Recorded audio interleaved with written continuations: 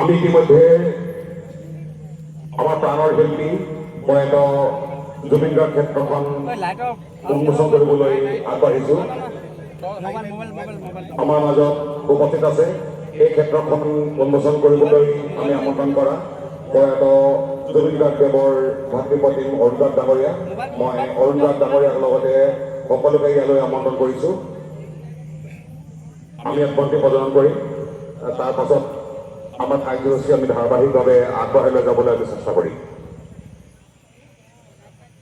আমি বৃহত্তৰ মঠপুৰবাসী সন্মিলিত প্ৰচেষ্টাত সপ্তদশ বাৰ্ষিক দিৱসাদী বিদায় উদযাপন সমিতিৰ তৰফৰ পৰা প্ৰত্যেকটো ক্ষেত্ৰত জুবিন গাৰ্গ দেৱৰ ন্যায় আমি কামনা কৰিম।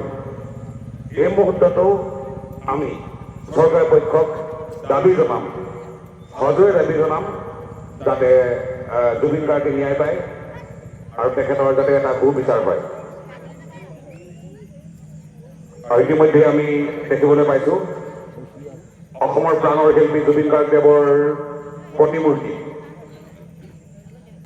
এগছি বন্তি প্ৰজ্বলনেৰে আজি প্ৰথম দিনৰ কাৰ্যসূচী আগবঢ়াই লৈ যাবলৈ আমি চেষ্টা কৰিছোঁ।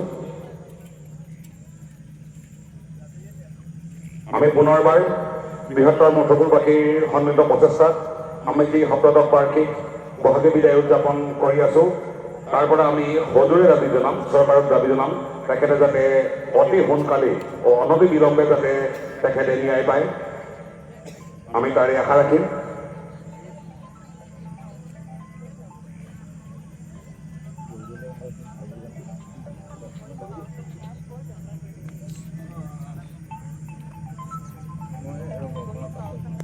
আৰু ইতিমধ্যে এই কাৰ্যসূচীত আমাৰ উদযাপন সমিতিৰ বিষয়ববীয়াসকলে সহযোগিতা কৰি আছে।